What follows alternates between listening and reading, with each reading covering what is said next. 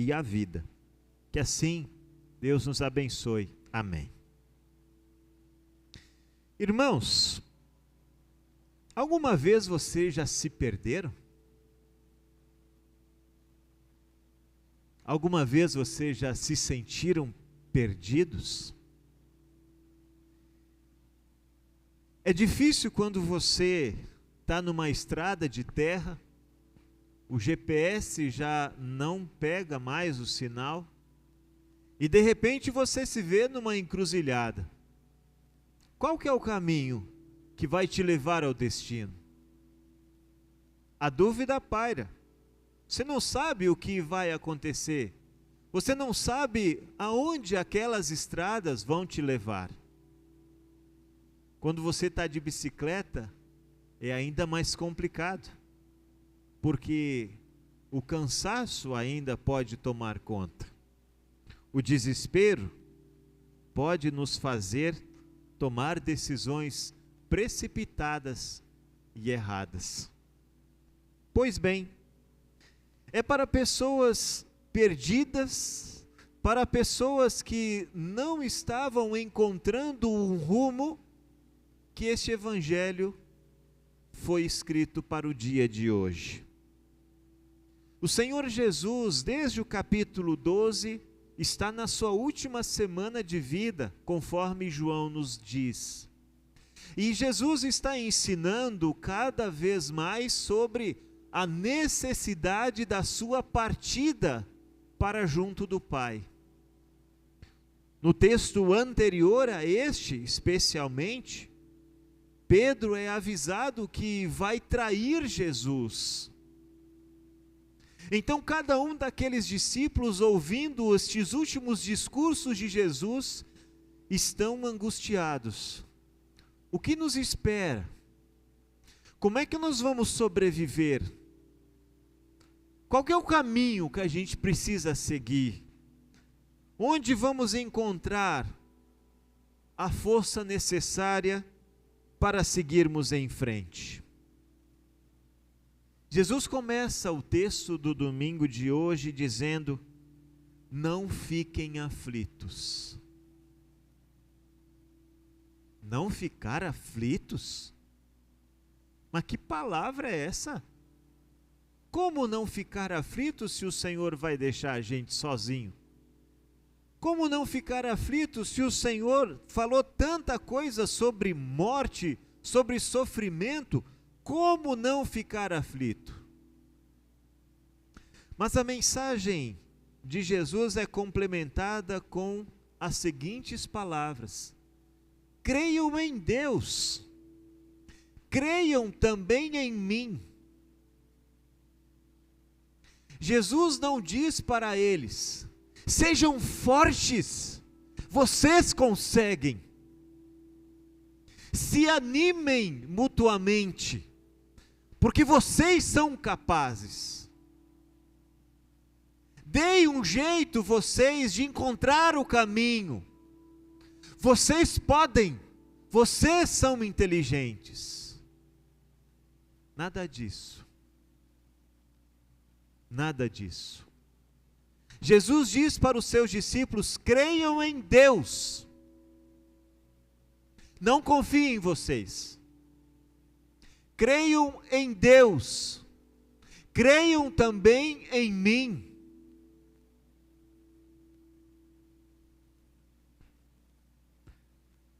Quando nós estamos passando por dificuldades na vida, crer em Deus faz a diferença, mas nem sempre nós confiamos de todo o coração. Dúvidas pairam sobre a mente e o coração daqueles que passam por aflições. Por isso Jesus, na primeira oportunidade, após falar de tantas coisas que deveriam acontecer, ele não só diz: calma aí, irmãos. Ele diz: creiam em Deus, creiam em mim. A confiança não é na capacidade, não é no dom, não é na intelectualidade, não é na força, não é no ânimo, é em Deus. É interessante que o salmo de hoje se junta a essa leitura neste aspecto aqui. Porque o salmo de hoje nos diz: não confiei em príncipes, nem nos filhos dos homens, porque quando eles morrem, todos os seus planos se acabam. Não é assim que às vezes a gente coloca confiança em pessoas? No meu emprego, na minha firma, no meu cliente, na minha saúde, na minha força, na minha capacidade de me reinventar para então alcançar os meus objetivos. O Senhor Jesus diz: não. O salmista diz: não. Em pessoas, não. Creio em Deus. Ele é o Todo-Poderoso. Ele é o Criador do céu, da terra, do mar e de tudo o que neles existe. Creio em Deus e creiam também em mim.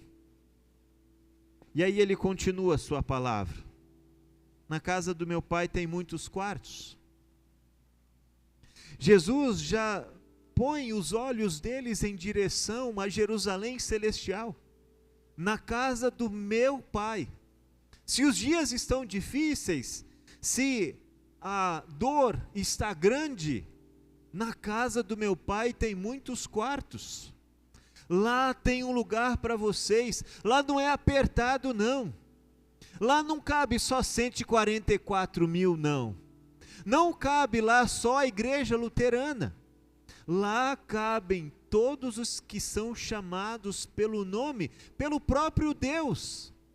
Lá cabe todo mundo. Se não fosse assim, Deus já teria desiludido os outros, dizendo: não, não tem lugar. O hino que cantamos: ainda há lugar. E até o último dia, ainda há lugar. Vai ser esta a mensagem a ser anunciada: ainda tem lugar.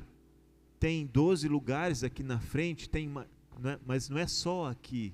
Ainda há lugar na casa do Senhor, no quarto que Jesus tem preparado para todos os seus filhos. E depois que eu for e preparar um lugar para vocês, voltarei e os levarei comigo, para que onde eu estiver, vocês estejam também. Tem muita gente que tem medo do que vai acontecer depois da morte. Mas espera aí, Senhor, como é que eu vou fazer para chegar lá? O Tomé estava com medo. Ele perguntou: Senhor, nós não sabemos onde o Senhor vai ir. Como é que nós vamos saber o caminho para chegar lá? É porque Tomé estava confiando em quem? Ainda nele. Ainda nele. E o Filipe, que pergunta lá: Senhor, mostre-nos o Pai, e só isso nos basta. Ele ainda não entendia Jesus como o Senhor e Mestre. Ele ainda estava com os seus olhos voltados apenas para si mesmo, para as suas capacidades, para a sua condição. Então Jesus precisa abrir os olhos deles. Não sou eu, não, aliás, não são vocês. É o que eu estou prometendo para vocês. Na casa do meu pai tem muitos quartos.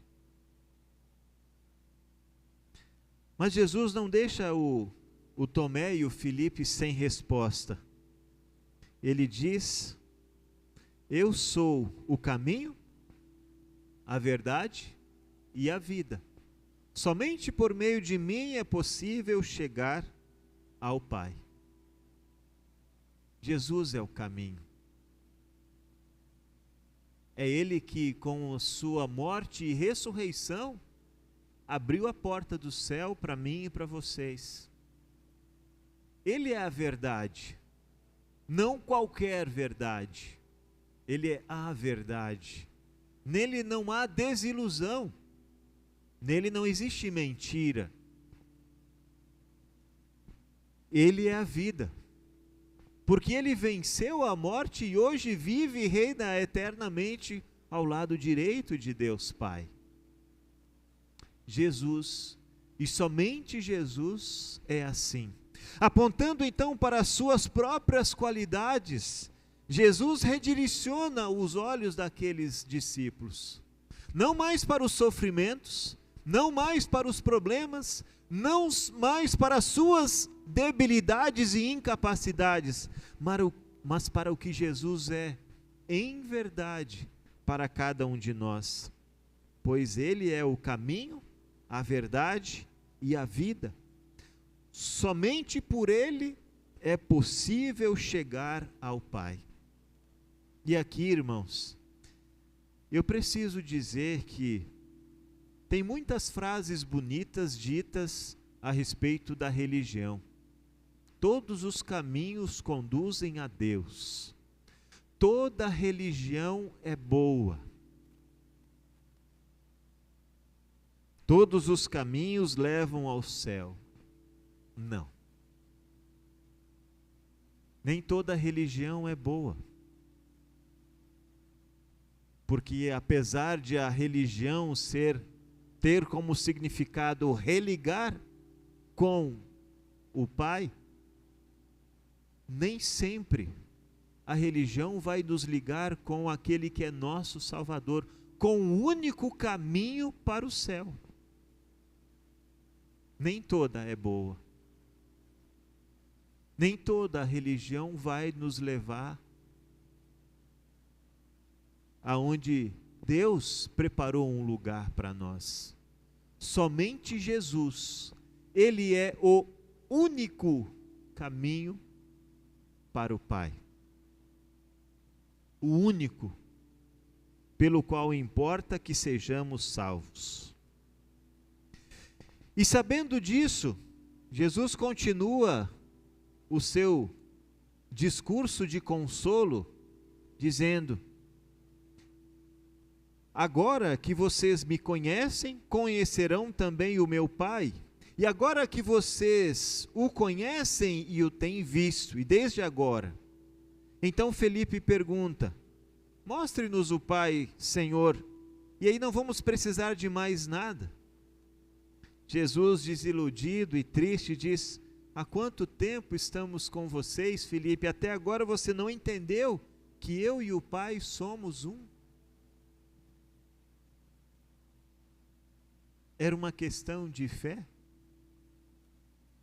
O que estava em jogo aqui era a confiança de que Jesus não era meramente um ser humano.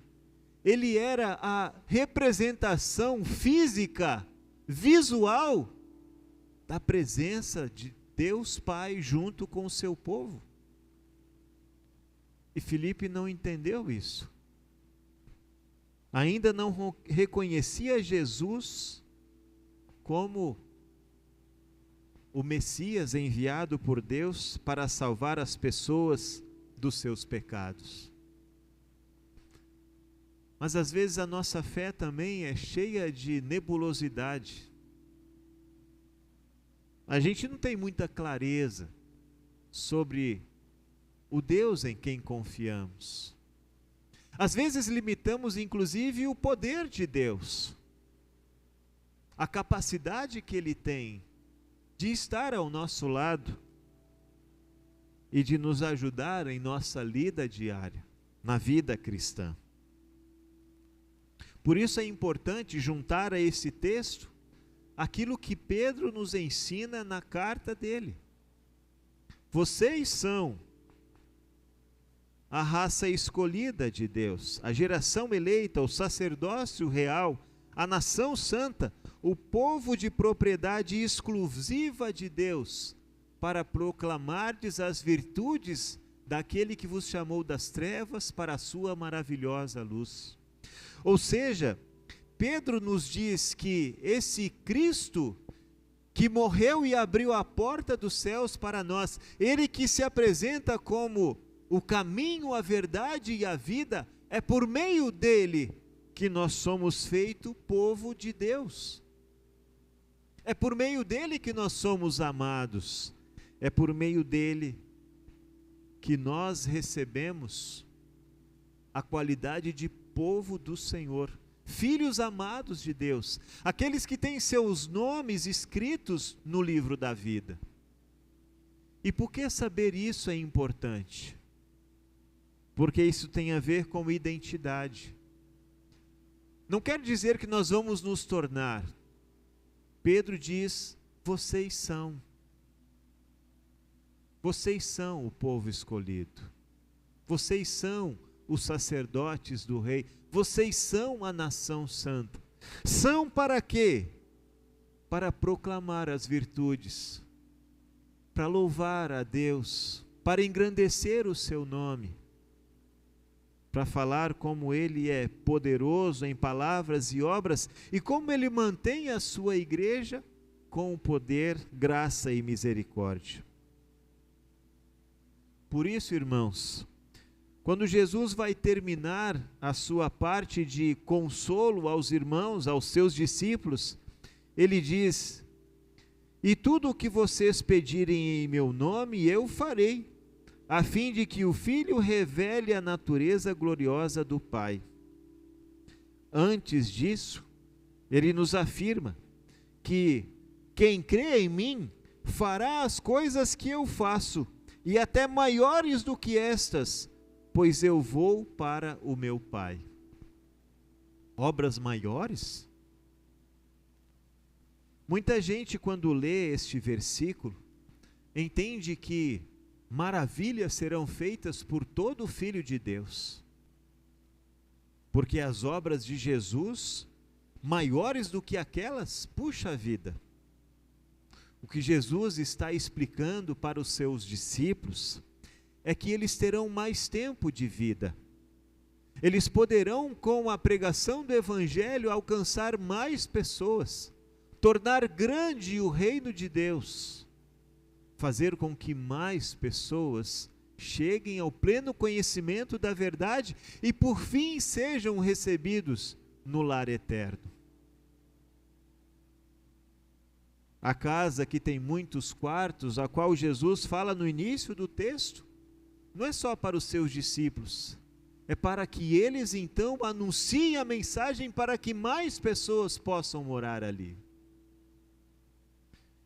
E quando Jesus diz que tudo o que vocês pedirem em meu nome, isso farei,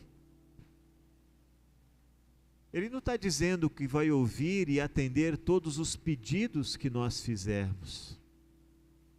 Como o assunto aqui é o reino eterno, tudo aquilo que nós pedirmos e que for para a expansão do reino de Deus, isso o Senhor vai fazer. Isso Ele vai atender, para que a mensagem do Evangelho continue sendo pregada. Irmãos, o Senhor Jesus consola seus discípulos, porque eles estavam angustiados. Ele redireciona aqueles olhares e a crença para o próprio Filho, que é a revelação do Pai.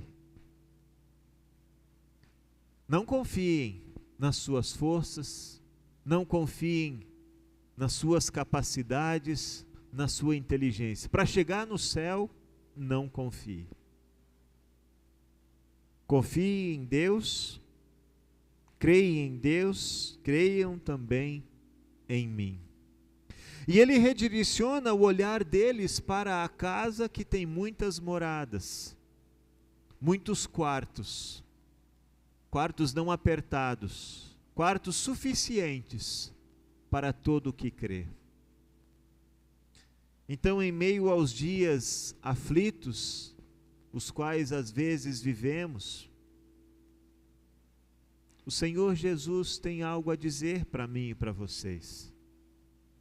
Não confiem na sua capacidade, confiem em mim.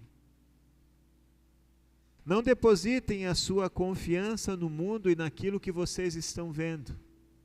Creiam que eu estou preparando um lugar especial para vocês.